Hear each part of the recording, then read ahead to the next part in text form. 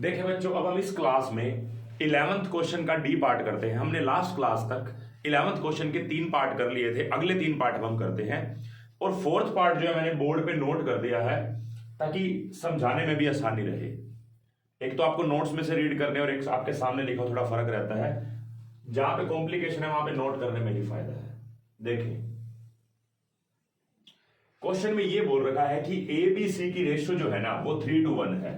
Means old ratio of A B C 3:1।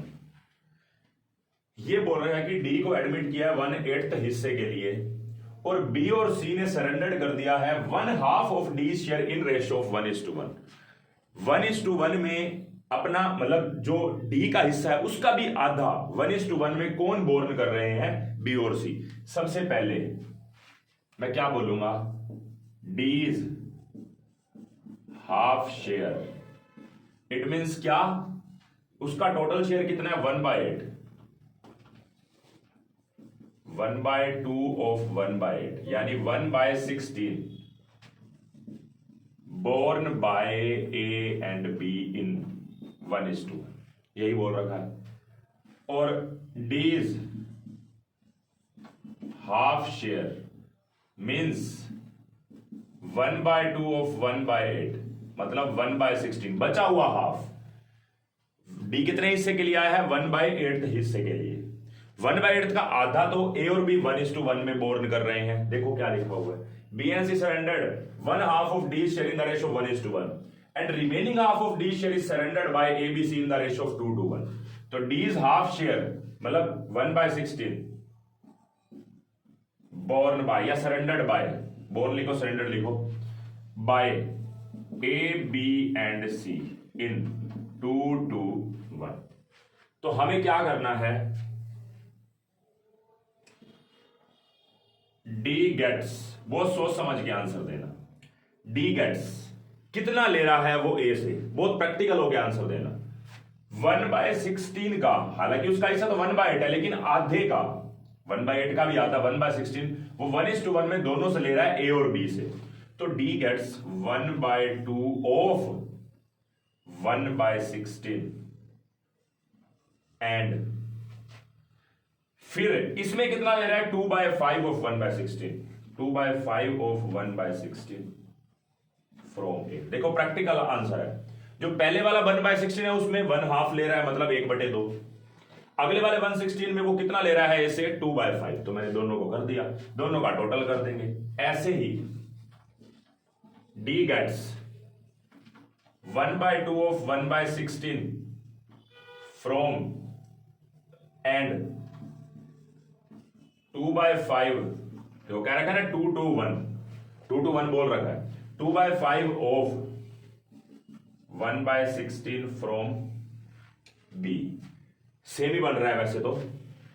और D gets, इससे कितना दे रहा है, इसमें से तो सी दे ही नहीं रहा, इस वाले में से दे रहा है 1/5 ऑफ 1/16, 1/5 ऑफ 1/16 फ्रॉम सी। बस इसको सोल्व कर दो तो इसका कितना आ रहा है 1/32 प्लस इसको कर देते हैं, ये बन जाएगा 1/40 या 2/80 कुछ भी बोले, इसका टोटल कर देंगे। ऐसे ही इसके लिए है, इसका 1/32 क्योंकि सेम है ना, 1/2 का 1/16 का 1/2 और 1/6 का 2/5, तो 1/32 प्लस 1/40 इसका भी, और इसका तो सीधा है 1/80।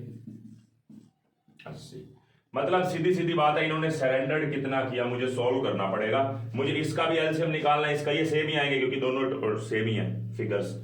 ये अलग आ ही चुका है 1/80, तो हम इसको सॉल्व कर देते हैं। ये 160 बनेगा, तो 5 प्लस 4 9/160 ए ने सरेंडर कर दिया, और 9/160 सेम ही बनेगा ये वाला इसने, और सी ने कितना दे दिया 180। बस मैं आपसे पूछूं, बताओ सैक्रिफाइसिंग रेशियो क्या है। मैं न्यू प्रॉफिट शेयरिंग रेशियो निकालने से पहले अगर सैक्रिफाइसिंग रेशियो बता देता हूं तो कोई दिक्कत तो नहीं है, यही तो है। मैं पूछूं एबीसी की सैक्रिफाइसिंग रेशियो बताओ, तो sacrificing ratio of A B and C कितना 9/160, 9/160 और 1/80। अगर मैं इसको एलसीएम ले लूं तो 9 9 और इसका आ जाएगा 2, तो 992 इनकी क्या है, सैक्रिफाइसिंग रेशो है किसकी, ए बी सी की। अब मैं पूछूं न्यू रेशो कितनी है, तो मैं ये निकाल चुका हूं ना, इसको रब कर देता हूं सिर्फ सैक्रिफाइसिंग रेशो को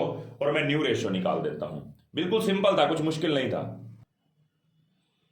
तो देखें मैंने सैक्रिफाइसिंग रेशो को रब करके न्यू के निकाल भी दी है, जैसे इसकी 213/480 आ रही है, इसकी 133/480 और इसकी 74/480 और इसकी 1/8। चाहे तो इन तीनों को टोटल कर लेते, बात तो वही बननी थी। तो 3/6 ऑड रेशो थी, हमने जो इसका सैक्रिफाइस है वो इसमें से लेस कर दिया, बी का सैक्रिफाइस बी में से लेस कर दिया 2/6 में से, और सी का सैक्रिफाइस 180 उसके हिस्से में से लेस कर दिया। तो इसकी रेशो 213 133 74 और ये अभी निकालनी है, तो इसको मैं सॉल्व कर देता हूं एक बार। तो ये हमारी न्यू रेशो निकल के आ गई 213 133 74 और 60। ये हमारी न्यू रेशो निकल के आ गई। सैक्रिफाइसिंग रेशो हम पहले ही निकाल चुके हैं। हमें सैक्रिफाइसिंग रेशो निकालने के लिए बिल्कुल भी न्यू रेशो पे डिपेंडेंट होने की जरूरत नहीं है कि मैं ओल्ड माइनस न्यू करूंगा। वो तब होता है जब कोई इंफॉर्मेशन ना दे रखी हो। जैसे मान लो ऐसा कह दे ए बी की रेशो 3:2 है, नया पार्टनर सी आया 1/6 हिस्से के लिए और कहता है कि न्यू रेशो निकालो और सैक्रिफाइसिंग, क्योंकि वहां पे न्यू रेशो निकालनी पड़ती है क्योंकि रिमेनिंग शेयर के बेसिस पे पहले न्यू रेशो निकलती है फिर सैक्रिफाइसिंग। लेकिन जब हमें बता ही रखा है कि डी के आने पे एबीसी ने कितना सैक्रिफाइस किया, तो वही तो सैक्रिफाइसिंग रेशो है। तो कुछ सोचने की जरूरत ही नहीं है, आप पहले सैक्रिफाइसिंग रेशो निकाल सकते हैं मोस्टली क्वेश्चन में, बस उसमें नहीं निकाल पाते जहां पे इंफॉर्मेशन नहीं होती एक्स्ट्रा, और उसके बाद आपने न्यू रेशो निकाल दी। तो ये हमारा 11th का डी पार्ट था, मुश्किल नहीं था बिल्कुल भी। देखिए अब हम करते हैं 11th का ई पार्ट। सिंपल है, इसमें क्या कह रखा है, क्या ए और बी पार्टनर्स है, रेशियो इनकी 3:2। सी को एडमिट किया है 1/6 हिस्से के लिए और 1/3 of C share is given by A. मतलब सी का जितना भी शेयर उसका 1/3 तो ए ने देना ही देना है, और रिमेनिंग शेयर्स भी इक्वली किससे ले रहा है, सी ए और बी से। मतलब ए ने दोबारा फिर से सैक्रिफाइस किया, पहले तो 1/3 सीधा कर दिया उसके हिस्से का और बचे हुए में भी फिर इक्वली दे रहा है। तो मुझे एक बात बताएं, ओल्ड रेशो 3:2 है, सी का हिस्सा 1/6 है। अब ये कंफर्म है ए से तो उसको 1/18 मिलेगा। कैसे, 1/6 उसका सी का हिस्सा है, उसका 1/3, तो 1/18 तो किससे मिलना है, ए से। अब सी का हिस्सा वैसे था 1/6, उसमें से 1/18 तो उसको ए से मिल ही गया, बाकी रह गया कितना, 2/18। आप सोल्व करके देख लीजिए, 2/18 रह गया। और इस 2/18 को वो किससे ले रहा है, इक्वली दोनों से। फिर से तो 2/18 का 1/2 ए से, 2/18 का 1/2 बी से, क्योंकि दोबारा ए दे रहा है तो फिर 1/18 दोबारा से दिया ए ने, एक तो वहां पे दिया सीधा 1/3, फिर जो बचा हुआ हिस्सा सी का था उसमें फिर 1/2 दे रहा है, मतलब 1/18।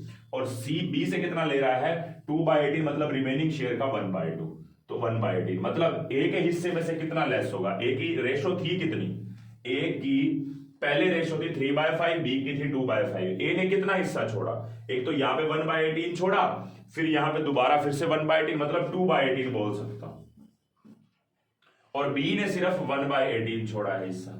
अब 2/18 प्लस 1/18 जो इन्होंने छोड़ा है वही यहां पे लिख सकते हो 3/18, और 3/18 को 1/6 ही तो बोला जाता है, तो कोई मुश्किल थोड़ी नहीं बात। तो क्या करेंगे, 54 माइनस 5 दूनी 10, 44/90,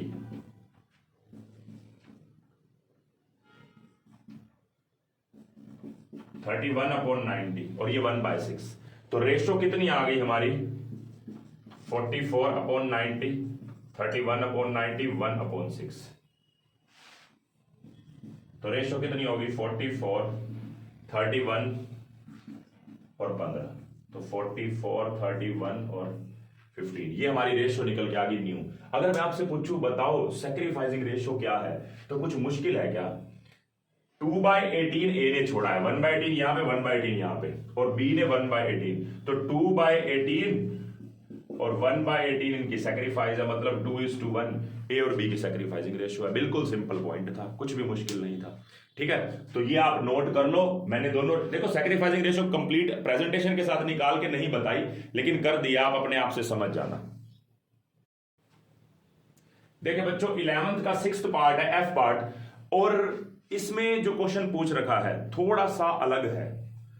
इसमें क्या कह रखा है एक बार समझें, और लास्ट पार्ट है ये हमारा। इसके बाद हमारा नया कंसेप्ट अगला स्टार्ट हो जाएगा, concept number 3, valuation of goodwill का, नेक्स्ट क्लास में। देखो ए और बी पार्टनर्स है, उनकी रेशियो 3:2 है। They admit C into partnership. It is decided that the profit sharing ratio between B and C will be same as between A and B. वो कह रहा है जो ए और बी की रेशियो है ना, वही बी और सी की होनी चाहिए, उनकी इंटरनल रेशियो। एक बात क्लियर है, यहां पे ए और बी के बीच की रेशियो कितनी है? 3:2।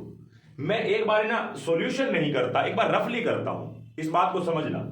अगर मैं ये बोलूं कि ए और बी की रेशियो 3:2 है, तो बी और सी के बीच की भी रेशियो 3:2 होनी चाहिए। मान लेते हैं बी और सी के बीच की रेशियो 3:2 है। अब इसको अगर मैं 2 बोलूं, अगर मैं इसको 2 बोलूं ए से कंपैरिजन के लिए, तो ये कितना बनेगा? 4.5। आप करके देख लो, ये इनके बीच की रेशियो 3:2 बन रही है, क्योंकि इसने क्वेश्चन में ये बोला है कि बी, जो ए और बी की रेशियो है ना, इंटरनल रेशियो, वही बी और सी की होनी चाहिए। मैं बी और सी की 3:2 लिख देता हूं, तो ए और बी की रेशियो कितनी बनेगी? अगर ये 2 है तो ये 3 करने के लिए मुझे इसको 4.5 बोलना पड़ेगा, क्योंकि डेढ़ की टेबल पे ये 2 है, डेढ़ की टेबल पे ये होगा 2, तो डेढ़ की टेबल पे ये कितना होगा? 3। आप देख लो इनके इंटरनल रेशियो कितनी है? 3:2 तो है, और इनकी भी इंटरनल रेशियो कितनी है? 3:2। आप इसको ये बोल सकते हैं, क्योंकि 4.5 है तो डबल कर दो, 9, इसको 6, इसको 4, तो ये रेशियो आएगी, कंफर्म है। इसके इंटरनल रेशियो भी 3:2 बन रही है, इसकी इंटरनल रेशियो भी 3:2। 9:6 क्या होता है? 3:2। 6:4 क्या होता है? 3:2। ठीक है, लेकिन मैं कैसे करूंगा? ये तो मैंने रफली कर दिया। देखिए बात को ना आपको ध्यान से समझना है।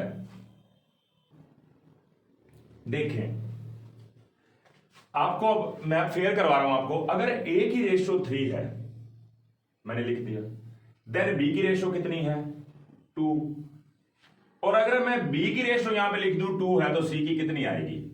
2 डिवाइड बाय 3 इंटू में 2, मतलब 4/3।